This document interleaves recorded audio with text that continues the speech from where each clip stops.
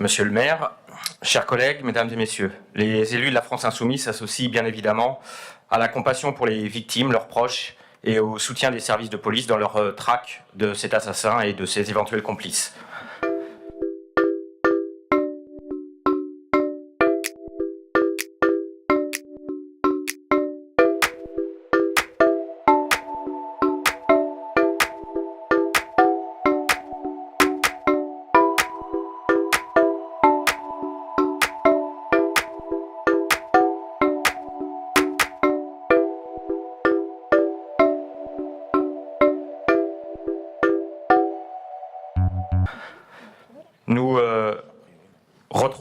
Nous reprenons à notre compte les mots du Premier ministre norvégien après que son pays ait été frappé par un massacre sur l'île d'Utøya et l'attentat d'Oslo. Vous ne détruirez pas la démocratie et notre travail pour rendre le monde meilleur. Nous allons répondre à la terreur par plus de démocratie, plus d'ouverture et de tolérance. Et pour illustrer cette volonté de cette démocratie vivante dont nous voudrions parler maintenant,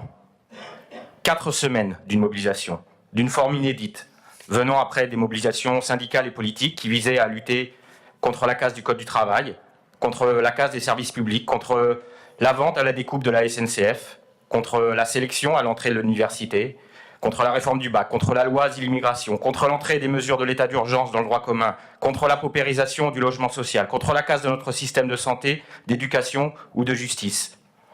4 semaines, durant lesquelles les Gilets jaunes ont permis de faire refleurir des revendications offensives pour plus d'égalité, plus de justice fiscale, pour plus de pouvoir d'achat, pour plus de pouvoir d'intervention des citoyens et des citoyennes dans les décisions, et même pour une 6e République. Et dans le même temps, sous des formes similaires, les citoyens et les citoyennes se sont également mobilisés en marchant pour le climat, ou aux côtés du collectif Nous toutes et tous. Et pour toute réponse, un pauvre tour de passe-passe qui vise à faire passer une prime déjà prévue pour une petite augmentation du SMIC. Sans avoir un mot pour les manifestants et manifestantes blessés pendant les 4 premiers actes de cette mobilisation, ni même une allusion à la transition écologique que ces choix auront pourtant contribué à brouiller. Le président nous a dit ce lundi avoir compris la légitime colère des Gilets jaunes.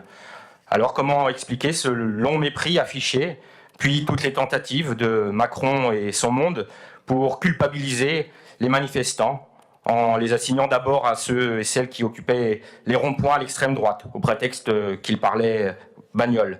puis à ce qu'ils nomment l'extrême gauche, du fait qu'ils remettaient en cause le CICE ou la suppression de l'ISF. S'en est suivi la culpabilisation écologique,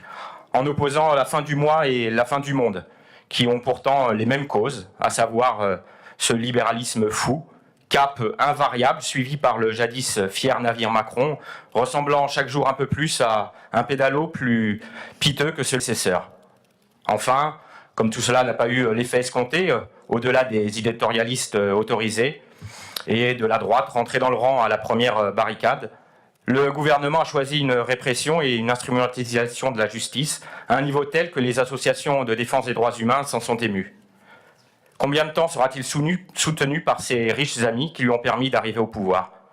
Faut-il voir dans son allusion à l'immigration et à la loi de 1905 une tentative désespérée et dangereuse de relancer le Front National, le Rassemblement National, pour déplacer les barrages des ronds-points jusqu'aux urnes des prochaines élections? Surtout que l'extrême droite n'a pas besoin de coups de pouce, puisqu'elle est à l'affût du moindre prétexte, comme on le voit dans ces dernières heures,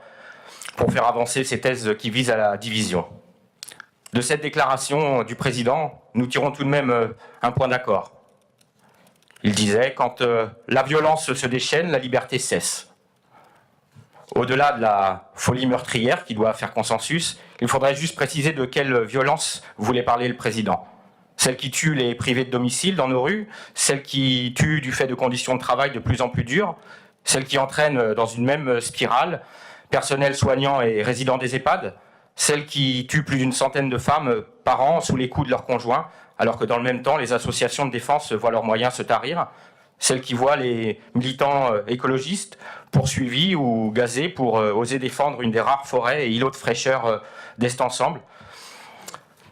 pour en faire une base de loisirs plus propice à la valorisation des projets immobiliers voisins de la corniche des forts. La violence, qui voit des jeunes humiliés, défigurés ou mutilés à coups de flashball et de grenades Glief 4, ou bien celle plus institutionnelle qui voit de jeunes poursuivis pour avoir voulu tenir une AG dans une fac ou un lycée, comme c'est le cas de Montreuilloises et Montreuillois, nassés au printemps dernier dans le lycée Arago. Que dire de celles plus insidieuses, qui voient des travailleurs ayant quitté leur pays et contribuent à construire le nôtre et qui étaient pourtant hébergés dans des conditions inhumaines et qui vous ont poussé, monsieur le maire, à engager un bras de fer avec le préfet pour leur permettre d'occuper un bâtiment vide le temps de la reconstruction de leur foyer, pourtant prévu depuis des années. Alors, au mot violence, lancé comme un paralysant par le pouvoir en place, les élus du groupe de la France Insoumise souhaitent répondre par ce vers de Victor Hugo écrit à la sortie de la Révolution de 1848, qui fit tomber la monarchie de Juillet pour proclamer la Seconde République. Ceux qui vivent sont ceux qui luttent. Je vous remercie.